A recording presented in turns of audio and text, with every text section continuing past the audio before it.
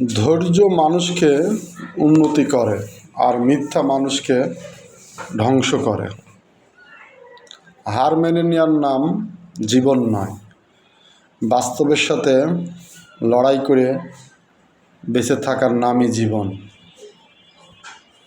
নির্দিষ্ট একটি সময় আসলে বুঝতে পারবেন মৃত্যু ব্যতীত আর কেউ আপন অপেক্ষা করে না। দুনিয়ার সবচেয়ে কঠিন কাজ হলো নিজে সংশোধন হওয়া, আর সবচেয়ে সহজ কাজ হলো অন্যকে সমালোচনা করা।